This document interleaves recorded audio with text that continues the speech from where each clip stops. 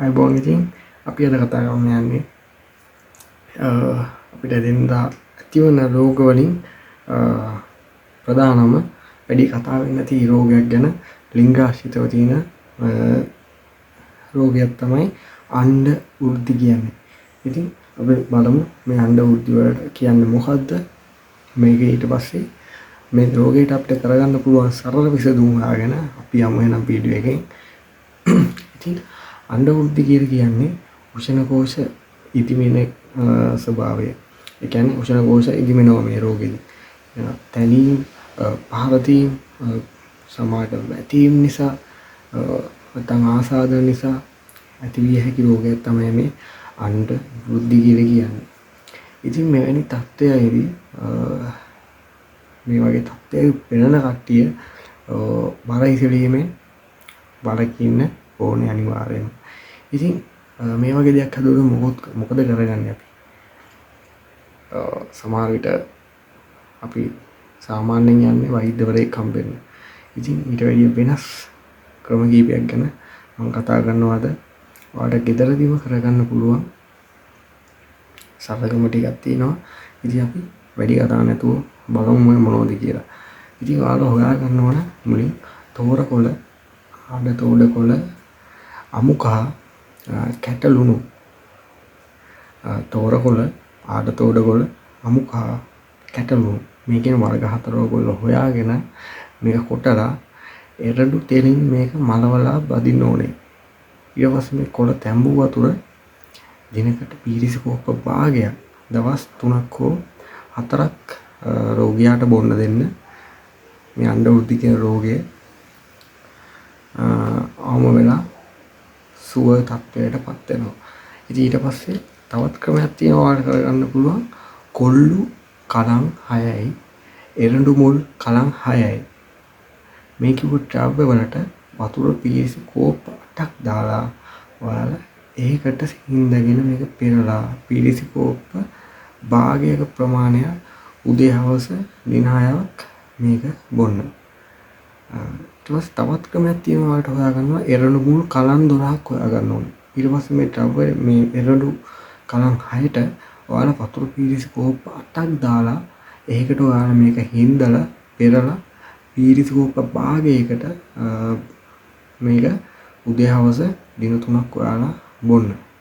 ඊට පස්සේ මේ රෝගය අවම වෙලා යනවා. රෝගියා සුව තත්ත්වයකටපත් වෙනවා. ඉතින් ඊට පස්සේ තවත් කරගන්න පුළුවන් ක්‍රමයක් තමයි ඔයාලා දෙහි කොළ පොතු, අමුකහ, ලුණු මේ කියන ද්‍රව්‍ය සියල්ලම කොටලා එරඬු තෙලින් අන්නලා මේක බැදලා ඔයාලට පුළුවන් මේක ගන්න. ඒකත් ඔයාලට මේ රෝගේ සුවපත් කරගැනීමේ හැකියාව තියෙනවා. ඊට පස්සේ ඔයාලට පුළුවන් නික කොළ, එරඬු කොළ, වරා කොළ, කුඹුරු දළු, සුදු ලුණු බිත් 2ක් හෝ 3ක් ඕනේ. අමුකහ සල්පයක් ඕනේ. මේ කියන වර්ග 6 අරගෙන විට බැගින් ඔයාලා මේක ගන්න ඕනේ. මේක ඊට පස්සේ කොටලා එරඬු තෙලින් මේක අනලා මද උණුසුමෙන් මේක බදින්න. බදලා ඔයාලට පුළුවන් මේක පාවිච්චියට ගන්න. ඒකෙනුත් මේ අණ්ඩ වෘද්ධි කියන රෝගය වළක්වා ගැනීමේ හැකියාව තියෙනවා. ඊට පස්සේ ඔයාලට පුළුවන් තවත් ක්‍රමයක් තමයි ඔයාලා හොයාගන්න පුළුවන් කලං 3ක් හොයාගන්න ඕනේ. බැල් පෙන්නල කලං 3ක් හොයාගන්න ඕනේ. රතු ලුණු කලං 3ක් හොයාගන්න ඕනේ. ඊට පස්සේ මුරුංග මුල් කලං 3ක්. මේ කියන ද්‍රව්‍ය වලට පීරිසි කෝප්ප වතුර පීරිසි කෝප්ප 8ක් දාලා ඔයාලා මේක ඒකට හින්දලා පෙරා ගන්න ඕනේ. ඊට පස්සේ මේක උදේ හවස කෑමට පෙර දින 7ක් බොන්න. සතියක් මේක බිව්වොත් මේ රෝගය අවම වෙලා යනවා. ඊට පස්සේ ඔයාලට හොයාගන්න ඕන තව නික මුල් කලං 4කුත්, එරඬු මුල් කලං 4කුත්, කටු කරඬු මුල් කලං 4කුත් ඔයාලා හොයා ගන්න ඕනේ.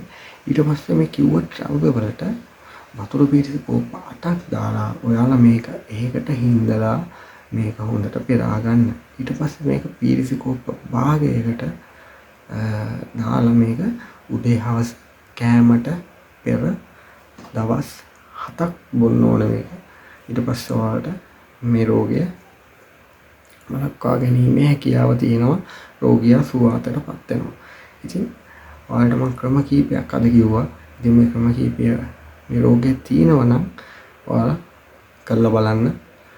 මේවෙන් හොඳ වුණේ නැත්නම් හරි මීට වැඩි ලොකු දෙයක් ඔයාලට අමාරුවක් තියෙනවා නම් අනිවාර්යෙන් ගිහිල්ලා ළඟම ඉන්න වෛද්‍යවරයෙක් හම්බෙන්න.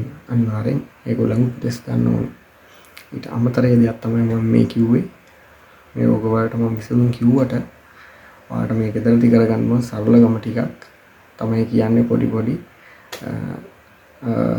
ඇති වෙන ඔයාලට ඉඩ රෝග සඳහා.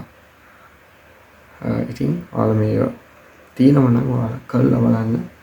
ඔයාලට අනිවාර්යෙන් සුවදායක බවක් අනිවාර්යෙන් ඇති වෙනවා. ඉතින් මේ වගේම වටිනා වීඩියෝ එකකින් ඊළඟ දවසේ හම්බෙමු එහෙනම්. ඔයාලට ජයෙන් ජයම වේවා.